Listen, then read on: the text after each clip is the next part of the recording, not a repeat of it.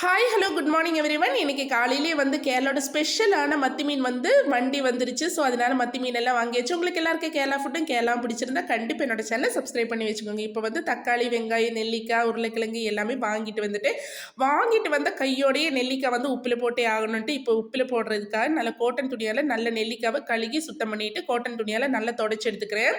அதே மாதிரி பச்சை மிளகாய் கழுவி தொடச்சி எடுத்தாச்சு. இந்த மாதிரி கீரி விட்டுச்சுன்னா உப்பு மிளகாய் எல்லாம் நல்லா பிடிச்சிக்குங்க ரொம்ப சீக்கிரமாக. இப்போ வந்து ஜாரையும் வந்து கழுவி சுத்தம் பண்ணிட்டு அதையும் தொடச்சி எடுத்தாச்சு. இப்போ வந்து பச்சை தண்ணி ஒரு சொட்டு கூட இதில் வந்து படக்கூடாது. அப்போதான் வந்து இந்த நெல்லிக்காய் ரொம்ப நாளைக்கு கெடாமல் இருக்கும். சுடு தண்ணி வந்து நல்லா கொதிக்க வச்சது இப்போ வந்து 70% வரைக்கும் நல்லா ஆறுனதுக்கு அப்புறமா இப்போ வந்து அது கூட சேர்த்துக்கிற ஒரு கைப்பிடி அளவுக்கு உப்பு சேர்த்துட்டு இப்போ வந்து எடுத்து வச்சுக்கலாம். இது வந்து ரொம்ப டேஸ்ட். அடுத்த நாளே வந்து இதை நல்லா ஊறிடுங்க. இப்போ வந்து நல்லா மூடி வச்சுட்டு எடுத்து வச்சாச்சு நெல்லிக்காவை. இந்த நெல்லிக்காய் வந்து வாரத்துக்கு ஒரு வாட்டி 2 வாட்டியாச்சும் நம்ம சாப்பிடணும் நம்ம சாப்பாட்டு கூட. இப்போ வந்து மத்தி மீனெல்லாம் சுத்தமாக கழுவி வறுக்கிறதுக்கு அதே மாதிரி குழம்பு மீனுக்கு எல்லாமே எடுத்து வச்சுட்டு 1 கிலோ வாங்கினா எல்லாம் பத்தாதுங்க. கரெக்டாக 2 கிலோ வாங்கினா தான் வந்து நிம்மதியாக நமக்கு 2 நாளைக்கு சமாளிக்க முடியும். ஸோ இப்போ வந்து குழம்பு மீன் தாளிக்க போகிறேன். இப்போ ஒரு மண் சட்டி எடுத்துகிட்டு நல்லா இந்த மாதிரி எண்ணெயை சுற்றி விட்டுக்கோங்க. அப்போ தான் சட்டி நல்லா மயங்கி வரும். ரொம்ப வந்து கொழு கொழுன்னு இருக்கும் குழம்பு. அதுக்கப்புறமா வெந்தயம் சீரகம் எல்லாம் ஒரு கணக்காக போட்டிருக்கேன். இப்போ வந்து வெங்காயம் வந்து ஒரு கைப்பிடி அளவுக்கு போட்டிருக்கேன். சின்ன வெங்காயம் சேர்க்குறான்னு சேர்க்கலாம். நான் மலை வெங்காயம் சேர்க்கறதுனால ஒரு பெரிய மலை வெங்காயம் சேர்த்தாச்சு. ஒரு அரை மூடி தேங்காயும் 4 தக்காளி பழம் நல்லா மிக்சியில் அரைச்சி சேர்த்துக்கிட்டேன். இப்போ வந்து புளி தண்ணி வந்து ஒரு கைப்பிடி அளவுக்கு புளி எடுத்து கரைச்சி ஊற்றியாச்சு.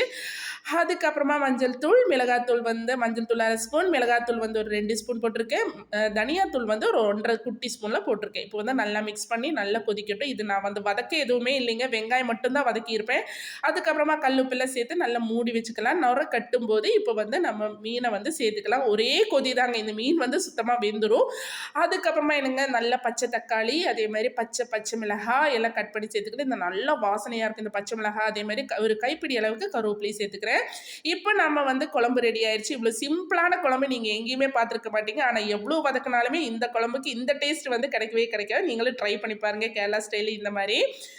அப்புறம் என்னங்க இந்த மீன் குழம்பெல்லாம் வச்சு முடிச்சது இனிமேல் தாங்க வேலை. இந்த மீன் குழம்பு வந்து இன்னைக்கு பசங்களுக்கு மட்டும்தான். இன்னைக்கு நானும் ஹஸ்பண்ட் வந்து நோம்பு. ஸோ அதனால வந்து நோம்புக்காக ஈவினிங்க்கு தோசைக்கு மாவாட்டி வைக்கணும். இப்போ வந்து தோசைக்கு மாவாட்டி வச்சுட்டு அதுக்கப்புறமா பசங்களுக்கு எல்லாம் சாப்பாடு கொடுக்கணும். அதுக்காக இப்போ மாவெல்லாம் ஆட்டி வச்சுட்டு கொஞ்சமாக புளிச்ச மாவு இருந்துச்சு. அதையும் சேர்த்து கல்லுப்பு சேர்த்து ஆட்டியாச்சு.